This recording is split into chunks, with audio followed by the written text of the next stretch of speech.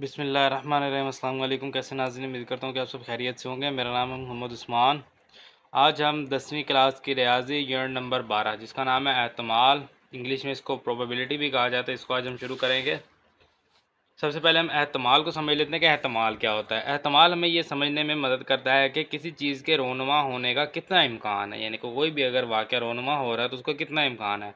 हम इसे रोज़ इस्तेमाल करते हैं, बेशक ये नहीं जानते कि हम इसका इस्तेमाल कर रहे हैं। तो ये नहीं कि हम इसको रोज़ जो है वो इसका हम इस्तेमाल तो करते हैं, लेकिन हमें ये नहीं पता कि हम एहतमाल का इस्तेमाल कर रहे हैं।